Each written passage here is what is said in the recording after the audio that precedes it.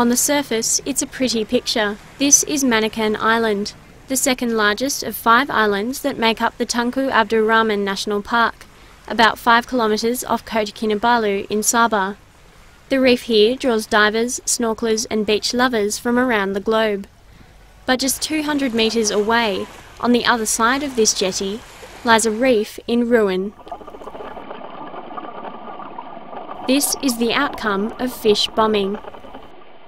An underwater oasis replaced by a desert.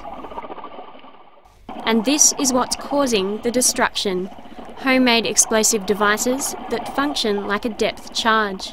The Chief Inspector of Marine Operations in Kota Kinabalu shows us a replica of the bombs used by illegal fishermen. Use this bottle, they'll put all this urea into this bottle, then they will light this.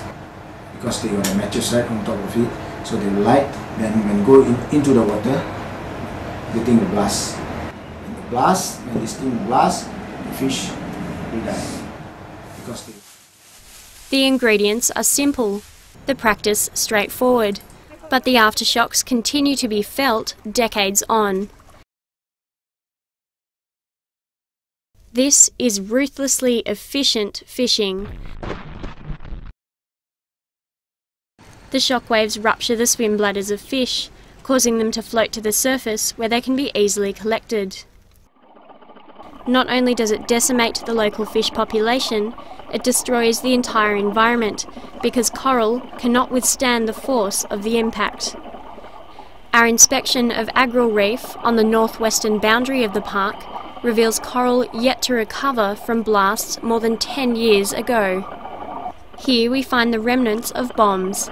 Bottles this size blast craters about 3 to 4 metres in diameter. Agril Reef used to be known for table coral, which grows 2.5 millimetres each year. This 1.5 metre piece would have taken about 15,000 years to grow. Here it lies dead and broken on the sea floor. Ecosystems developed over thousands of years, destroyed in seconds. Perhaps more worrying is that this damage continues to occur within the gazetted marine park.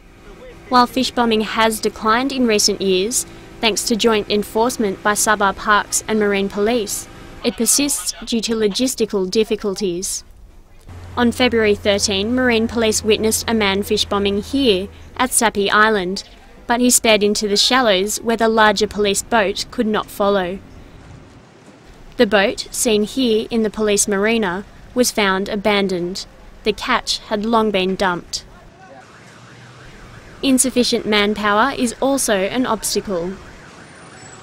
Our park area is 4,929 hectares in extent, which is quite vast also. And then with this limited manpower, of course, it becomes what they call it, a drawback for an effective enforcement in our park area. With just under 1,000 hectares of park for each ranger to patrol, it's little wonder that some blasts go undetected. Sabah's Tourism, Culture and Environment Minister, Datuk Masidi Manjun, says the solution lies with education.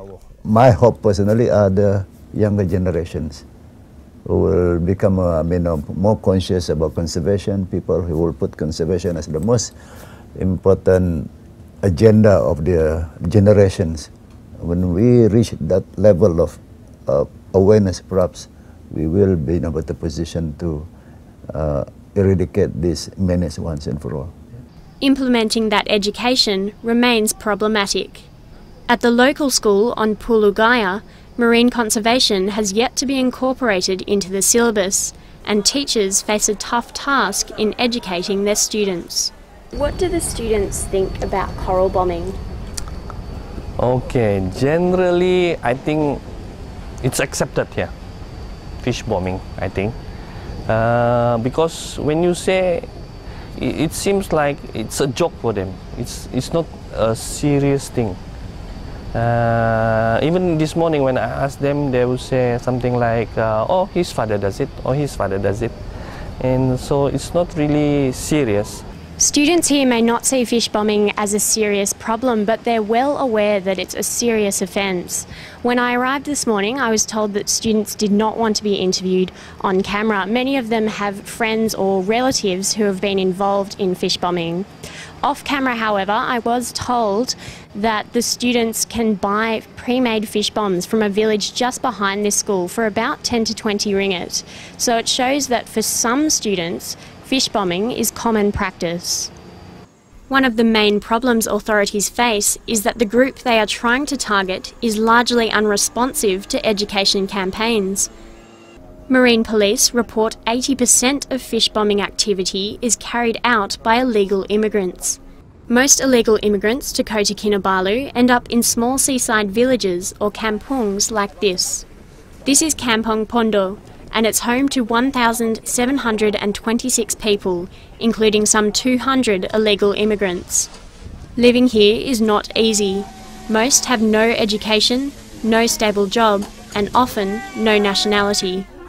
Kamu memang orang Pacau Filipin kah atau Pacau di Sabah? Pacau Laut. Tidak kisah mana. Mana-mana saja itu boleh. Anti-fish bombing campaigns are of little consequence here. Most people cannot read or write. This Bajau Laut or Sea Gypsy family of 10 lives on 300 ringgit or $81 a month. Fish bombing is a sensitive topic here. This man will not give us his name, but he says he has no connection with fish bombers in the village. Kamu tidak ikut campur-campur itu? Tidak ikut campur. And basically, if you look at the profile of people who are involved, basically they come from very, very poor background. And they need to survive, they need to earn an income.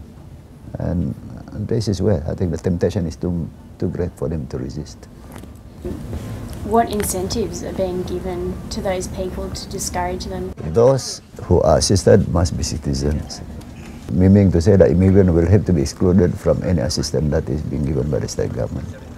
At present, there's little support for illegal immigrant communities where the majority of fish bombing occurs. For these people, there remains little incentive to change the way things have long been done. And in schools, anti-fish bombing campaigns may have a long way to go in changing the perceptions of the next generation. Whether the reef can wait that long remains to be seen. Alison Dunn, The Star, Malaysia.